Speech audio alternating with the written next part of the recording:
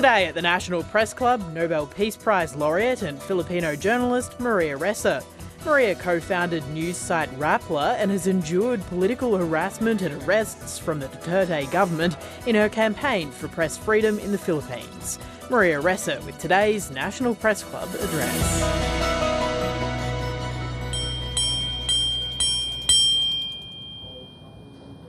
Club and today's Westpac address. My name is Tom Connell. I'm an anchor at Sky News and president here at the club. Today's guest is publisher, journalist, author and Nobel Peace Prize laureate and importantly an international advocate for press freedom, Maria Ressa. Maria Ressa co-founded Rappler, the top digital-only news site that is leading the fight continually for press freedom in the Philippines. As the CEO, Maria, of course, has endured constant political harassment and arrests by the Duterte government, forced to post bail 10 times to stay free. There's a lot of ways to measure her success.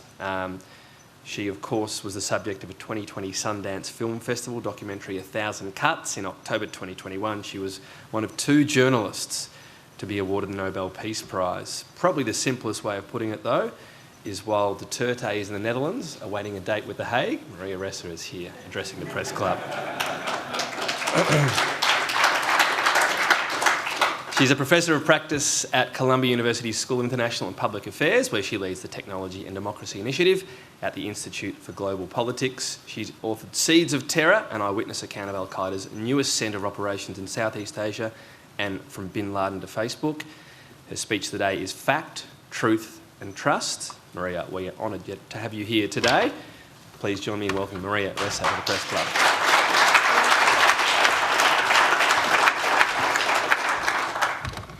I like how this was set up for a short person versus Tom. Thank you so much for coming. And in an attention economy, I have you for at least 20 minutes to listen to me. So thank you to the National Press Club. I think it's like 3 or 4 years of invitations. Laura was reminding me of that, and finally you were patient, and I'm so happy. I'm really so happy to be here at such a crucial moment for all of us. I begin by acknowledging the traditional custodians of this land and pay my respects to their elders, past, present, and emerging. I extend that respect to any First Nations people joining us today.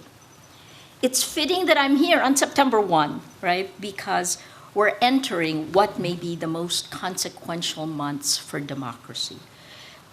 What we do now will determine whether we hand our children a world where facts matter, where truth prevails, and where trust in democratic institutions can be rebuilt. Facts, truth, trust. In 2021, the Norwegian Nobel Commission said something profound, and with the Nobel likely helped keep me out of jail. But I really like this statement they gave, which is that freedom of expression and information are prerequisites for democracy. That followed what we at Rappler had already lived through and discovered through our data investigations about the design of our information ecosystem. I became a journalist because information is power. And right now, we're living through an information Armageddon. Facts are under assault. Truth is being murdered. The casualty? Trust, making it impossible to govern. Only dictatorships thrive when there's no trust. And here are the 3 sentences I've said over and over since 2016 when I first said it in Silicon Valley. It was backed with data and hard-fought experience. Without facts, you can't have truth. Without truth, you can't have trust. Without these 3, we have no shared reality. We can't begin to solve any problem, let alone those existential ones like climate change. We can't have journalism. We can't have democracy.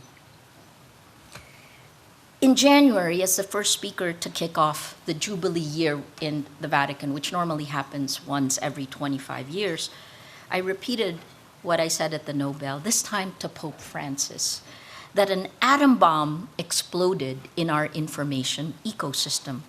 Just as new technology enabled the rise of fascism in the 1930s, today's technology companies are enabling the weaponization of information at an unprecedented scale.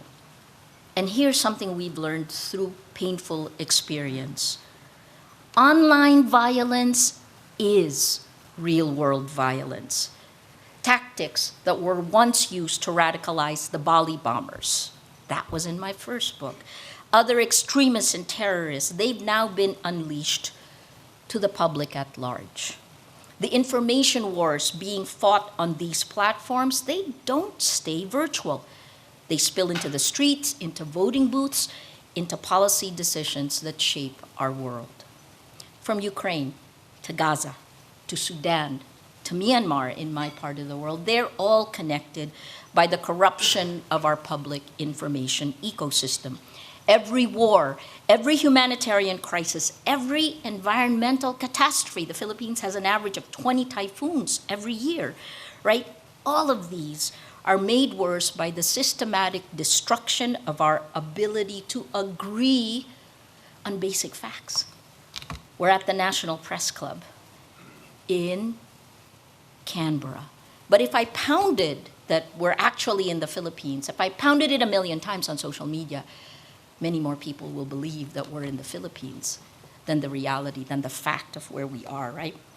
So this is not hyperbole. I lived through this in the Philippines, an average of 90 hate messages per hour.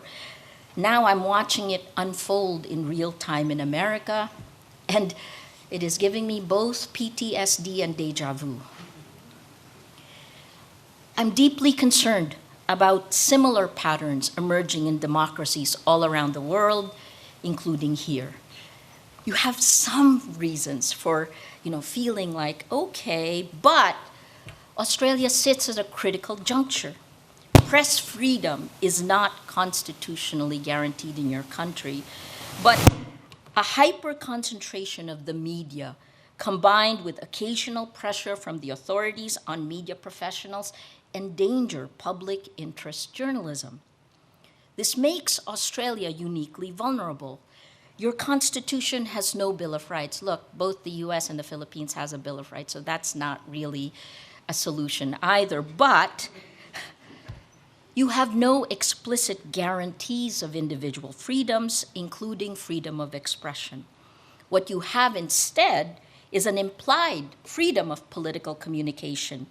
It's a threadbare protection in an age of information warfare. The statistics are sobering. Australia has enacted 82 national security laws since September 11, 2001. That's more than anywhere else in the world. Many grant the government uniquely severe powers when combined with defamation laws that make it relatively easy to bring and win suits. You've created a perfect storm for the erosion of press freedom. But you are actually having the conversation that many democracies are not. The Right to Know campaign, the calls for a Media Freedom Act, the constitutional referendum proposal, these are signs of a democracy that's fighting back before it's too late. The greatest threat we face today isn't any individual leader or one government.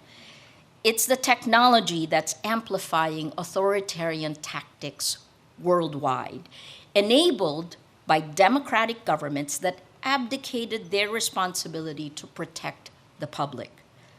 Technology platforms have become weapons of mass destruction to democracy. Their algorithms spread infection. MIT study from 2018, lies laced with fear, anger, and hate spread faster than facts.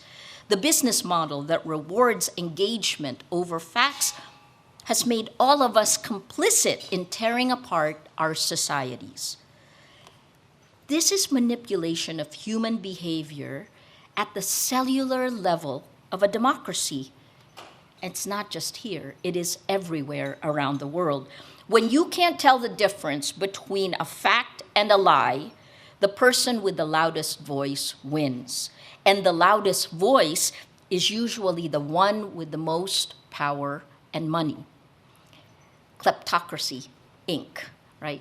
Switching and Applebaum's work. In the Philippines, I learned this the hard way. In 2019, in about 14 months, the Duterte administration filed 11 criminal charges against me. So I have 11 criminal warrants, 11 legal cases. Just a little more than 2 months ago, we won the 10th case. So it took a long time, but we've now won 10 cases, leaving only one left, which is already at the Supreme Court. But even then, I could go to jail for almost 7 years for being a journalist. It's been nearly a decade since Rodrigo Duterte weaponized the law against us, and I still don't have my right to travel. In order to be here today, I had to ask my Supreme Court for permission. And here's something to remember. When you lose your rights, it takes so much more, far longer, uses more energy to claw them back, to reclaim your rights. So don't voluntarily give up your rights. But as Tom put out, I'm not in jail. I'm here. I have permission to travel. And the president who tried to jail me is now at The Hague, detained, arrested last March for alleged crimes against humanity. I added the word alleged, but crimes, waiting for a trial that begins in September. What did we at Rappler do in the darkest of times? We're about 120 people, right? We kept doing our jobs. We kept doing our jobs because when Duterte attacked Rappler and me, he wasn't just attacking journalists, he was attacking the right of every Filipino to know the truth. When the government used social media to spread lies about us, they were beta testing the playbook being used around the world today. In March this year, VDEM in Sweden said that 72% of the world is now under authoritarian rule. That's rolled back to 1978 levels. We're literally electing illiberal leaders democratically. Since the political dominoes fell in 2016, only one nation had the courage to stand up against this insidious electoral interference, and that's Romania at the end of last year. We need to hold big tech accountable because its greed for money is exploited for information warfare, treating us like Pavlov's dogs. Let me be clear. This isn't a free speech issue. This is a safety issue. And it's about to get worse. The enshittification of the internet is in full steam with generative AI. What happened in the Philippines under Duterte is a template that's exported globally. It is happening in many different countries around the world. First, you attack the largest media outlets, make an example, create fear, then you weaponize the legal system. But the real attack, it comes below, through social media and generative AI. You don't need to control the press if you can control the narrative. You flood the zone with lies. I'm quoting someone there. Flood the zone with lies. You turn journalist into criminal.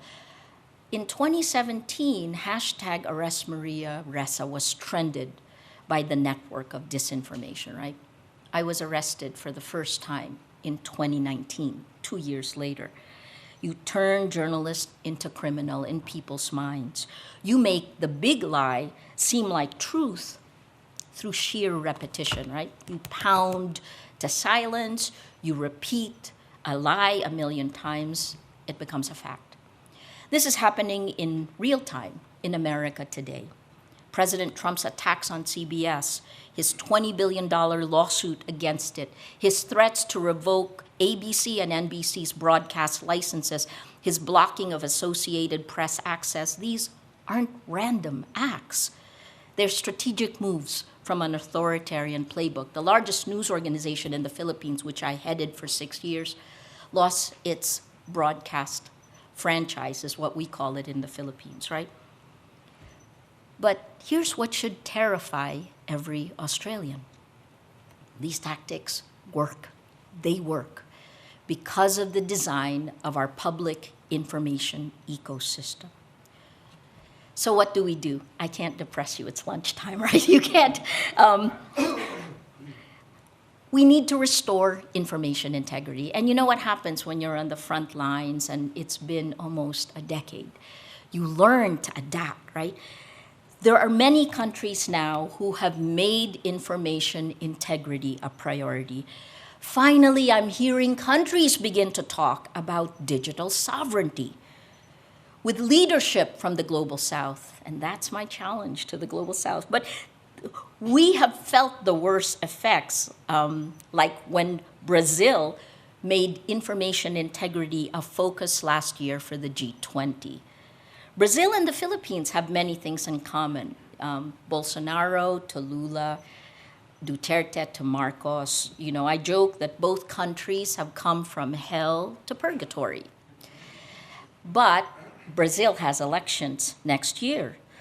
So Brazil, Chile, and Spain are leading an initiative at the UN this September at the UN General Assembly. I co-chair the Internet Governance Forum at the UN. They are planning to bring together at least 38 heads of state to stand for democracy, sustainable development, and information integrity at the UN General Assembly. This is that upcoming one, right? We are at this point where we may need new global alliances, right? Everything is shifting. Creative destruction has happened. The destruction has happened. What are you going to create? Information integrity. Information integrity is the mother of all battles. Win this, and we can win the rest. Lose this, and we lose everything. This is why the work we're doing at Rappler, building public interest tech, trying to create this huge ambition to create federated networks of trusted news organizations, isn't just about journalism. It's about creating the information infrastructure that humanity needs to solve these defining challenges that we face today. Australia has a choice to make. You can be leaders in defending democratic values and building the information infrastructure that humanity needs, or you can watch them erode while hoping it won't happen here. The good news is that Australia has many tools that many countries lack. Your public broadcaster, the ABC, maintains relatively high public trust. During your elections, ABC ran a story about how information warfare poisons chatbots, right? It's shifting. You have strong journalistic traditions. You have a civil society that's still mobilizing for press freedom. But you also have vulnerabilities. Media ownership concentration, declining regional news outlets, and thousands of lost journalism jobs have created an information desert in many communities. When local news dies, democracy withers. The proposed Media Freedom Act isn't just good policy, it's essential infrastructure for democracy. Just as you wouldn't build a city without roads or bridges, you cannot build a healthy democracy without robust protections for press freedom. Let me suggest 3 steps that Australia can take. First, regulate big tech. Thank you, Australia, for your global leadership with your world-first social media ban for children under 16. This landmark legislation, which takes effect in December 2025, is exactly the kind of bold action the world needs. You've recognized, I feel like Sisyphus and Cassandra combined in saying this, right? But you've recognized what I've been saying for years. This is a safety issue, not a free speech issue. By placing the burden on social media companies, not parents or children, to prevent underage access, you've shifted responsibility where it belongs. But like the law on alcohol, you also need to make sure that the companies don't just get away with, okay, what if those underage kids get through? Who's responsible for that, right? These platforms have been experimenting on our children's developing brains for profit. Your law sends a clear message. There's a place for social media, but there is not a place for predatory algorithms targeting children. But don't stop there.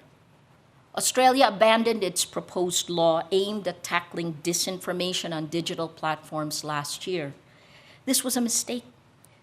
You don't really know until you're attacked, right? The human rights we deserve in the physical world, we deserve in the virtual world. Platforms that profit from lies must be held accountable for the democratic damage they cause to users of all ages. Second, build public interest tech. This is where I want to challenge every news organization in this room and those watching. We cannot keep feeding the machine that is destroying us. At Rappler, we've decided that empty promises from big tech are no longer enough. We decided this 3 years ago. We began building our own tech stack for the virtual world. We're small. We're from the global south.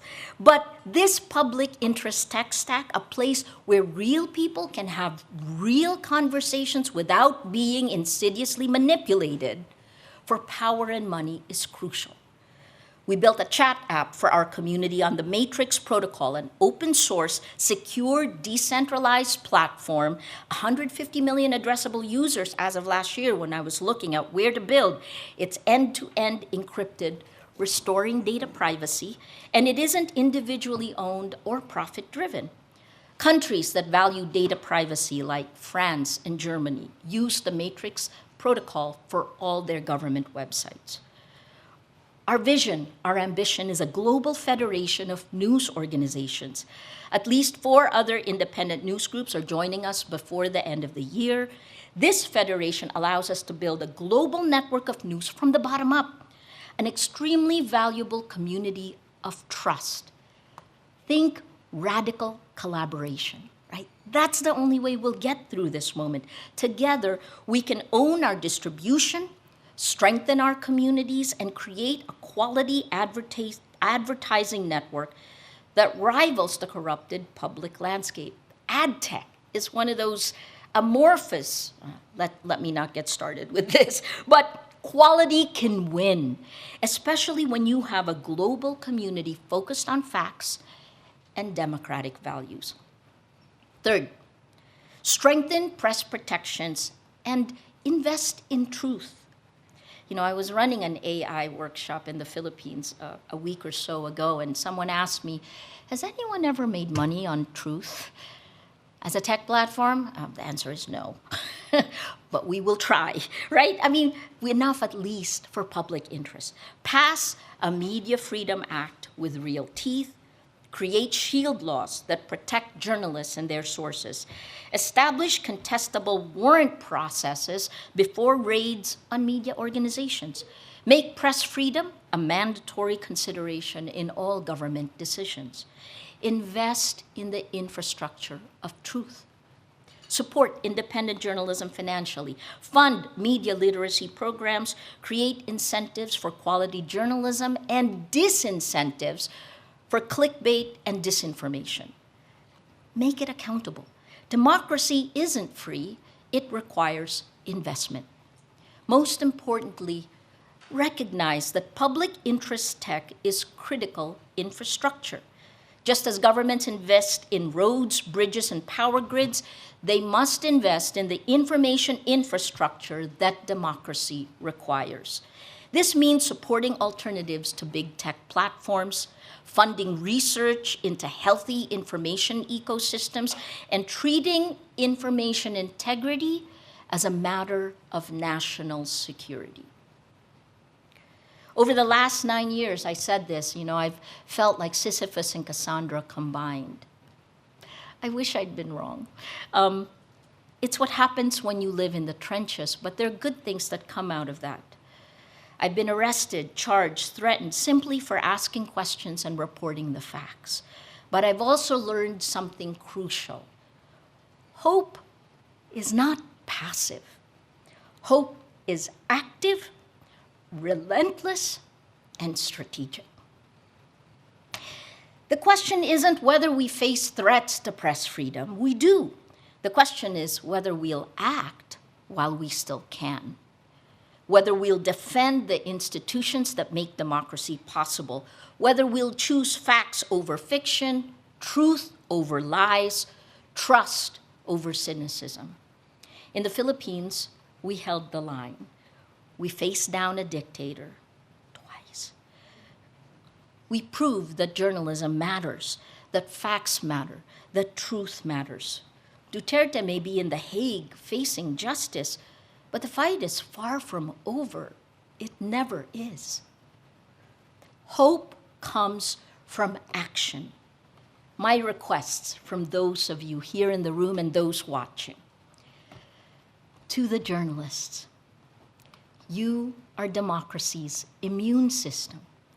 When you're under attack, democracy is under attack. Don't normalize the abnormal. Don't both sides authoritarianism.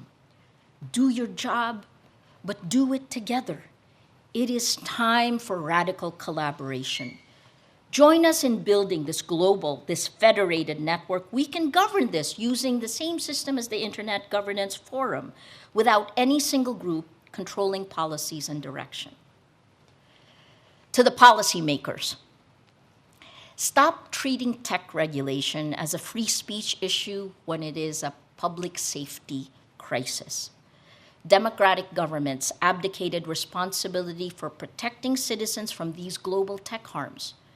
It's time to reclaim that responsibility. Treat information integrity as seriously as you treat food safety or air quality. To the media organizations watching, stop feeding the platforms that are destroying you. Build your own communities, right? Journalism, community, and technology. Build your own communities. Own your distribution. The Matrix Protocol offers a pathway to independence, secure, decentralized, and designed for public interest, not profit. To every citizen, demand better. Support quality journalism. Share facts, not lies. But also demand that your government protect you. These algorithms are designed to manipulate your emotions and undermine your ability to think clearly. The question is whether we still have agency. The human rights you deserve in the physical world, you deserve in the virtual world. It's wonderful to be here. It is such a beautiful country. This is my 9th day in Australia. I went from Perth to Minderoo to Melbourne and now Canberra. Really cold in Canberra, though. I wish I could just enjoy the clean air and the pure water you have. I hope you value that. You have the time that other democracies have squandered. You have advantages the Philippines didn't have. You have institutions that America may be losing. The question now is, what will you do with the advantages you have? Facts, truth, trust. These aren't journalistic principles, they're democratic necessities. They're what separates societies governed by law from those governed by fear. The choice, ultimately, is yours. But don't take too long, Australia. Democracy's enemies are not waiting. Thank you. Thank you for your time.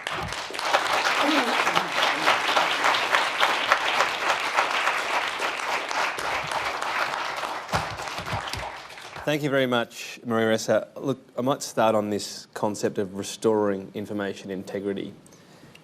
It seems to me if that battle, if you like, drifts slowly, it's only going one way.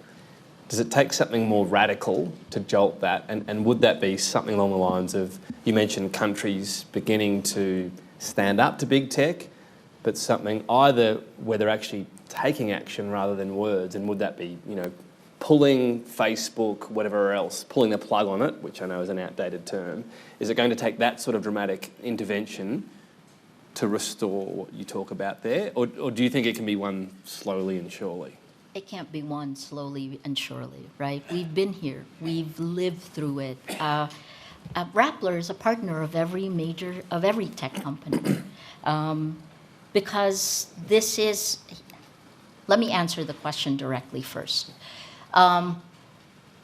It's been death by 1,000 cuts of information integrity, and many people are now dealing with the second or third degree consequences of the loss of facts, right? How do we restore our communities?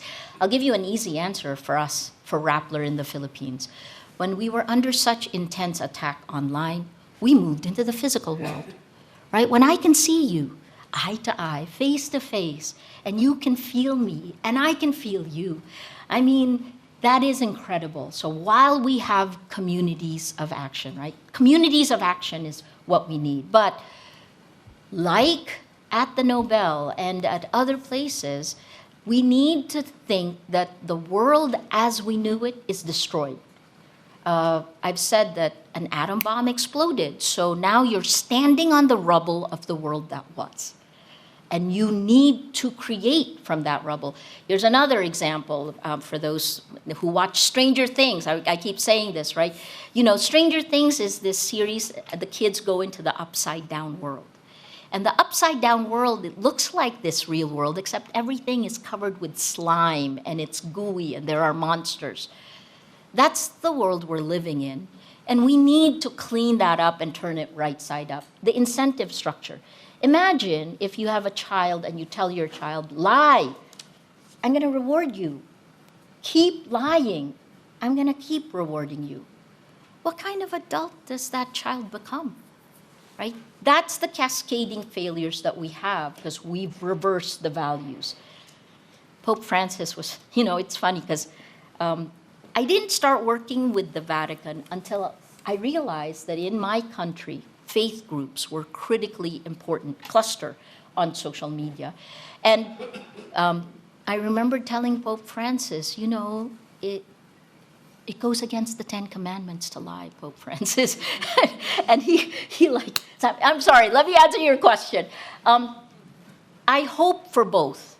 I feel frantic nowadays because we're all, with the way the world is today, there's a whole group of Nobel laureates working on trying to stop nuclear war. Right? There was a meeting in July.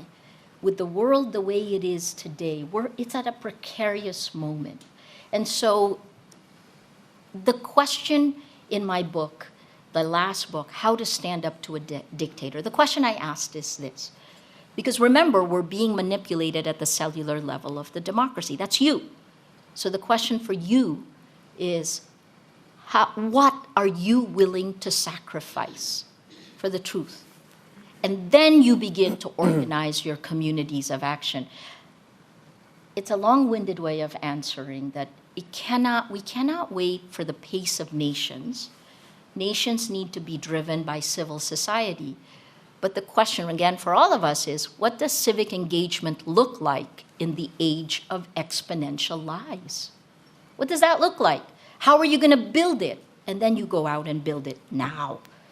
If you're in government, build it now, right?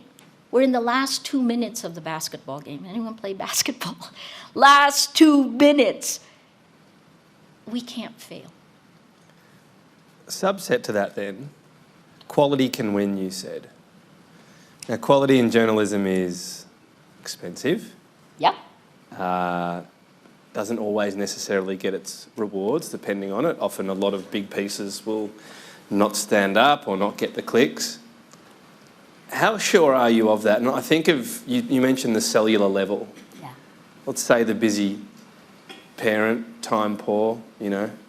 I'll give my example, the 3 and 5-year-old, you get your 10 minutes of peace and you duck out the back and you probably scroll on Facebook for 5 minutes and it gives you some pleasing algorithm-provided videos. Is that the hardest thing to snap out of? That's what we sort of have become, isn't it? When we consume a bit of media, it's bite-sized and quick and easy and scrollable and you move on. How confident are you quality can win, given where we're at? The world is facing crisis at a rate that in our lifetime, we haven't dealt with, right? In the Philippines, we have an average of 20 typhoons every year. Every Filipino needs quality information, and if they stay on social media, they could lose their lives, right? So for me, You need information, right? And how does that information come to you? Many of the studies that we've done show that the generation gap, for example, in America has gotten even wider. 18 to 34 years old, most of them get their news from social media. It is also, by the way, it affects the way they vote. So why is that important? Because if you don't have facts, you're voting based on emotions. The way the platforms have hacked our biology, it's changed the way you feel, the way you look at the world, the way you act, the way you vote. Okay, let me answer your question. Ultimately, in the end, every person needs quality information. And what does that mean, right? You need information that you can stake your life on. My part of the world, in the Philippines, that's what's happening. Our floods. We're now going through, news organizations are running after corruption issues. These things you will not get from, let me not make enemies of influencers and content creators. This new public information ecosystem has commodified news, journalism, and that has taken a toll on our societies. And when I say news, I mean the very expensive checks and balances of a news organization that keeps your own biases out and gets the facts and a compelling narrative out. That's what we need, and that's what we hope to continue doing. Look, this question I'll ask, you didn't mention him directly, but I think there were some oblique references to Donald Trump and his presidency. Oh, I did mention him directly. You did mention it. Well, the part I'm talking about, you didn't. You said this wasn't a direct mention, but sure. On his approach to media. Yes. He hasn't, as yet, thrown journalists in jail. Is that something you think will happen? Would that be too much of a stretch even for the US? What do you think of that? Or do you think the threat and the withdrawal of access is his version of a jailed journalist? You know, I've lived through this in the Philippines. And when you're watching and you think, oh, well, it's not that bad. It's not that bad. It's only this. We called it death by 1,000 cuts, right? It's like slashing your body politic. And every single slash, even if it's only a paper cut, bleeds. And at a certain point, the body politic becomes so weak, it dies. If you wait until a journalist is jailed illegally in the United States, it's too late. So the chilling effect is there already? I'd say death by 1,000 cuts is way in advance. And I'll put one more thing, right? In the Philippines, it took Rodrigo Duterte roughly 6 months before the checks and balances of our Constitution because our Constitution is patterned after the United States. You have an executive, a legislative, and a judiciary. It took 6 months to crush the checks and balances for Duterte. I would say President Trump did it faster, within 100 days or so. 147 executive orders, and a Republican Party that hasn't acted like a check and balance. And so this is a problem for us because that then puts the onus on the judiciary, which moves at a far slower pace. And now you have members of the judiciary arrested, right? Personally targeted. I'm sorry, that sounds much like what we've lived through in the Philippines. So I started calling what's happening in America the Philippinization of American politics. Americans have to decide what they want, and Americans have to act. First question from the floor, Anna Henderson from SBS News. Anna Henderson, Hi, SBS. Thank you so much for your address.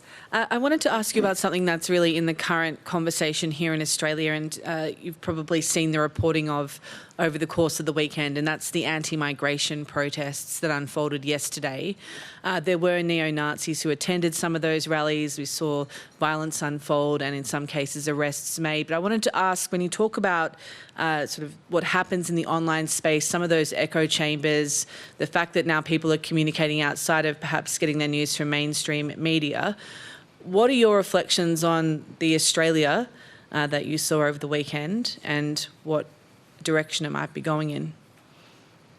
Yeah, I was shocked, to be honest, because if you talk about a nation of immigrants, isn't that you guys? Right? Look, we've studied immigration in many different parts of the world, including in the United States. We studied the UK, the riots that were sparked. And I would say two things, right? Disinformation or information operations works in two ways. There's a seeding of a meta-narrative that no one really notices, but that meta-narrative is then pounded exponentially and opportunistically. Think about it like a virus that infects people. And what used to be unthinkable becomes the norm, right? This is what happened in the UK riots that turned violent. It is also, when we studied immigration in America, the meta-narratives that were seeded, it was the most unhinged from reality. The Haitians did not eat their dogs, right? But it is pumped into the body politic, and our public information ecosystem spreads it. Fear, anger, hate. So I would say be careful, right? We've seen this in other parts of the world, anti-immigration, for a country of immigrants. I mean, you could say the same thing about America. I come from two immigrant families, right? My mother is Filipino, my father is Italian-American. So it's a tool. It's a tool. The way information warfare and information operations work is it targets the fissure lines of our societies, right? And the two fissure lines in every country that we've studied is gender and race. So when it is pounded, please be aware, report it. I did watch the reporting yesterday, and we say what people say, then we call this, then we call this, right? And we bring it out. Part of the problem is this: real people believe it. So the question again goes back to, where's the essence of the problem? Where does it begin? And that begins in our public information ecosystem. Does that make sense? It does. Thank you. I'll add one last thing, right? And again, this is something very personal. You can get a lot of this data from How to Stand Up to a Dictator. When America took down the Russian disinformation networks in 2018, my parents' accounts went down. This is on Facebook. So and I have their permission to tell you that they voted for Trump. And the reason I'm saying that is, again, it's like a virus. These networks spread. So what is first disinformation becomes real, and real people then pump it out. That's how the transformation of the society happens. Does that make sense? Thank you so much. Thank you. So they were taken down because they'd spread disinformation?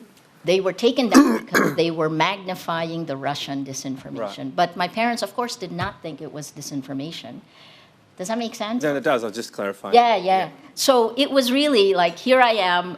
My parents really disliked Duterte because he tried to jail me, but they voted for President Trump. All families are interesting. Our next question, Rachel Jackson from AAP. Thank you so much for braving the cold here today in Canberra, Maria. I've really enjoyed listening to your speech. Thank you. My question to you today is about the under-16 social media ban here in Australia, which you've previously welcomed and described as the right step, towards protecting our democracy. But with the introduction of the ban, we had a lot of young people coming out and saying, they're against it. They wanted to be taught how to use these apps safely. Given, those young people at the upper end of the band, say 15-year-olds, they're only a couple of years away from voting. How do we make sure that, with the introduction of a blanket ban, they're still able and they have the right tools to be properly informed once they do take to the polls, because they're almost certainly going to be using social media when it is their time to vote? Yeah. No, thank you. I think I thank you for asking me about this. I think there are 2 points, and I might have just crashed them too much in there. I think the first one is it needs to be treated like alcohol, right? At a certain age, you get alcohol, but you don't stop because the way I think the law is going to be implemented is the companies get free rein if they just say, ask whether you're 16 and below, right? But with the alcohol, at least in the United States, if you're sold alcohol and you're a minor, you're also accountable for that. Right? So I think that's the implementation. On the second part, in terms of how, this is hand in hand. You know, the easy shorthand I've said, again, it's been almost a decade, but in the long term, it is education. In the medium term, it's legislation. In the short term, it is us. So I would love more journalists to write about the dangers of social media, right? The dangers of generative AI, that if you're below 16 years old, even generative AI, and can you imagine your kids writing with generative AI and then not really learning how to write? My students, I keep saying, like, when I talk to high school students, it's like, don't use this stuff to write, because it's like you're going to run a marathon and you're going to outsource going to the gym. You will not learn to write if you do not write. Anyway, let me answer your question about the 16-year-old. With education, with everything I've said, every sentence I've said is backed by data. Why do we not know this? Why don't we know that it's a dopamine high and it's designed to be mildly addictive? It's been 20 years, right? Why do we not know that the ad tech is murky and kind of like a mafia, right? Sorry, I'm done. I guess it's a combination of, I hope in school that we begin to teach civic engagement. We're trying to do this in the Philippines. In the Philippines, because we've done so many of the stories on the manipulation, over 75% of Filipinos know the danger of disinformation. It's not the same in other parts of the world, right? So I hope you tell them, you write the stories that warn them that this FOMO you feel is biologically induced, that it hacks your biology, and it's almost like empty calories, right? This takes your time. For profit, you keep scrolling, and what do you get out of it? Next question, Melissa Code from the Mandarin. Hi, Melissa. I'm going to try to be shorter. I'm You're sorry. okay, It's so you're right. long. No, I just want to get through the people, but you're Okay. fine. We enjoy the It's all good stuff. Thank you. Melissa Code from the Mandarin. Hi, Melissa. When I began my journalism career almost 20 years ago, Twitter was a new thing. I remember as a journalism student, we all opening a Twitter account. One of my first internships was with the Phnom Penh Post in Cambodia, which doesn't exist anymore. Right. The world has changed a lot. But back in those days, we often spoke about the tools and the platforms of this new world as being democratizing, essentially. Yep. They broke down barriers of privilege as to who had a voice and who was heard. And that still has some role in the information tsunami we're all swimming in. Where do you see that going in the future? What is your message to journalists interested in practicing with a view to promoting the principles of the Fourth Estate and public interest journalism if they're not powerful, if they haven't got those platforms and voices already, and you are saying to them, don't let the platforms destroy you, get away from them? I still do, right? I will stick by that. So let me say it this way. I drank the Kool-Aid. You know, the Philippines, 100% of Filipinos on the internet are on Facebook. We're Facebook country, right? When I went to Mark Zuckerberg and I was talking to him as one of the startup founders in, when was this? I guess 2017 in San Jose.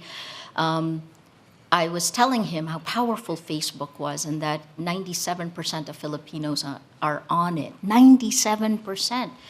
And he was frowning at me, and I was trying to figure out, why is he frowning? What did I say? I invited him to come to the Philippines to see how powerful it was.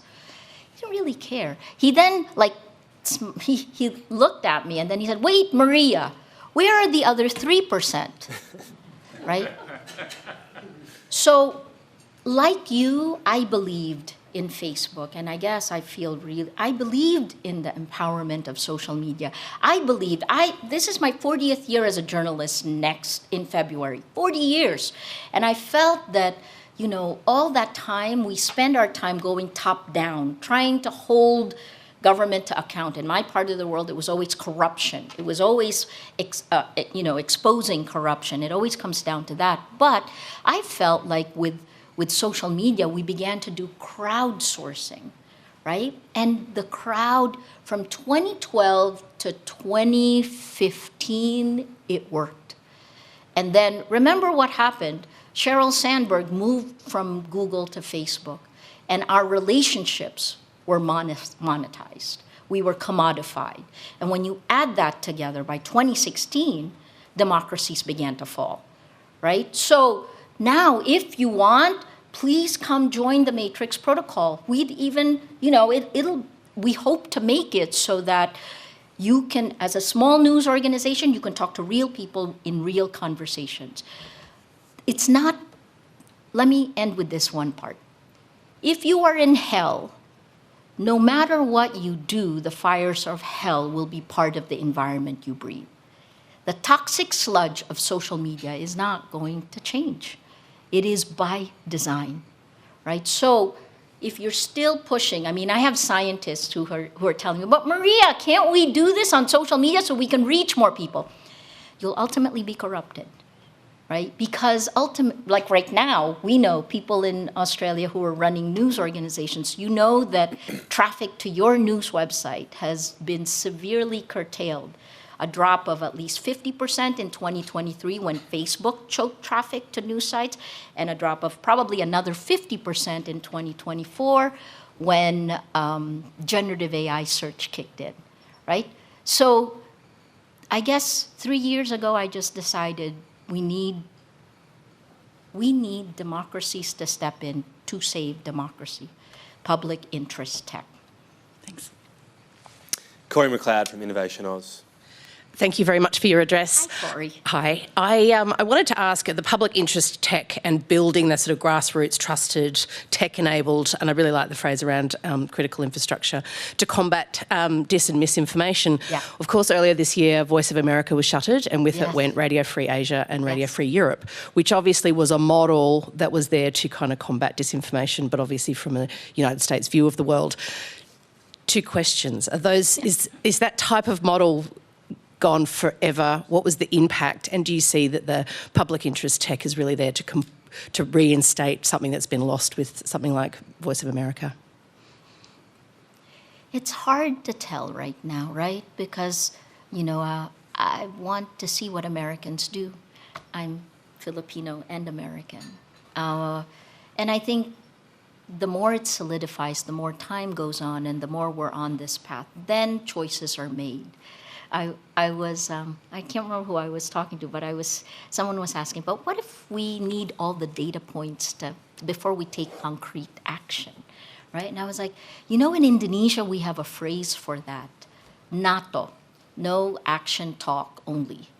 So this is a time when we actually need to act, and waiting for America, actually, I don't think is the right path. And that's part of the reason Australia, in our part of the world, where you go, will be important for Southeast Asia, but also for our larger community. You're part of the Five Eyes. Let me answer your question directly. Is public interest tech the way to go, or is public interest journalism? Let me just make sure I get it. Is public interest journalism? And the tech that enables it, that you outlined with the Matrix Protocol. If there was another way, I would have found it. And here's the danger of the path that we've chosen in Rappler, right? You'll get bored. But I'm also making a bet that the enshittification of the internet will force you out of the internet as it stands today. If not today, then later. And that's, Cory Doctorow used that phrase, the enshittification of the internet, right? It's getting significantly worse. In my part of the world, the scams, the fraud that are there are off the scale. And frankly, if a news organization was doing some of that, we would have already been held liable, right? So, yes, I wish there was something else. But if you find a better solution, please let me know. Thank you. Interesting. It's a concept that sort of gets so bad harms itself, and I can see in some of the recent videos what you're talking about. Nick Stewart from Ability News. You made the point about the real importance of the tech stack. Yeah. And how do you make sure that what the tech stack is publicising is actually accurate? How do you make sure that you don't become accidentally another Facebook? I love your question, Mr. Ambassador. Yes. So the Matrix protocol was created in 2014. And I think part of the reason that it stayed the way it is it's not based in Silicon Valley. It's based in the UK. The group that created it then created a Matrix Foundation. So the engineers, the principles that govern that tech platform are hashed out, and it is pulled together by the engineers. If you're familiar with the Internet Governance Forum, right, it's a global way that the old internet was regulated, because there is no regulation for the internet. It's governments and civil society and I'm a journalist, and private companies that came together. Telcos sit on the Internet Governance Forum, and every year they get together and they decide collectively on the principles that will be codified. It's a little bit outdated now, because we just had our meeting in Oslo, but what I see for the Matrix Foundation is that we're able to bring the experience of journalists, the news heads who are so embattled with trying not to fire their people, right? Because the business model is dead and dying, that why can't we put those principles in our public, the standards and ethics of journalism, into our public information ecosystem? So 3 words. Sorry, long answer again. I'll try to do TV sound bites. Transparency, accountability, consistency. That simple. We're almost down to TV sound bites because we've got 2 people in 3 minutes. Let's see how we go. Next question is Michelle Ainsworth. Hi Maria, Michelle Ainsworth, formerly of the ABC, a media organisation, as you would know, is constantly under attack here in Australia. I'm now of no fixed address for a while. And someone has got to take my glasses off to read my question. Last year, a report on trust and satisfaction in Australian democracy that was written in the wake of the robo-debt scandal found that while most Australians hold the fundamental values of democracy in high regard, there are also areas where people's expectations aren't being met. It warned that fewer than half of those surveyed believe Australia performs well when giving people a say on the government's priorities or conducting enough checks to ensure that politicians and officials can't abuse their power. As you rightly said, Australia is not America, but it feels like we have an opportunity to try to arrest this slide in public institutions. Do we need more lawmakers, as you say, MPs, actually talking about trust in Australia and why it's so important? I mean, the short answer is absolutely, because I think that's what makes a democracy, right? The shared reality grows out of a trust that's anchored on facts. Again, it's been almost a decade that we've been under attack, and so I've simplified a lot of these things in my head for what we work at. If you don't have trust, so what's the figures that you cited are 2nd and 3rd degree repercussions of the design of our public information ecosystem. You can't just, I co-lead the International Fund for Public Interest Media, and we're giving grants to news organizations for operational expenses because they need to keep doing their work. But content creation alone is not enough. Creating the journalism isn't enough. You have to actually collect these news organizations in a distribution system, and one that doesn't get you hooked on dopamine, right? Wait, let me answer your question directly, because there's one more question. Trust is everything. Democracy functions on trust. What we've seen outside of, because of the public information ecosystem, is the us against them. Actually, one of the countries where I feel like the gap between the right and the left is still, they can still listen to each other and they're still in the same shared reality, Norway. is interesting, right? But you're seeing this go like this because a friends of friends algorithm, and this is on every social media platform. I watched this in the Philippines. If you were pro-Duterte in 2016, we didn't debate the facts, but if you were pro-Duterte, friends of friends algorithm, the way the platforms grow their networks to get you to click to grow yours, it moved further right. If you're anti-Duterte, you move further left. And over time, this chasm grew. So that's what we're seeing, right? The filter bubbles. The lawmakers themselves have to pull this together and return to a time when leaders healed divides, not exploited it for power, because that's what we're seeing now. Going into a brief bit of overtime, to use your basketball analogy, final question, Catherine McGrath. Thank you very much. Thank you, Maria. Congratulations on your wonderful career and your address today. I'm hoping we can finish perhaps on a positive note. Do you see any green shoots in the tech sector? Because they're busy saying it's not that bad, there's no evidence to link mental health outcomes directly to social media, yet we see it every day. Are there any green shoots? If not, what do you hope to see? I've seen them lie repeatedly. And again, let me just say again that Rappler is a partner of every major tech company, right? What are the green shoots? Let me just go with the green shoots, right? It is that bad. And when 72% of the world is now under authoritarian rule, the second and third degree effects are already kicked in.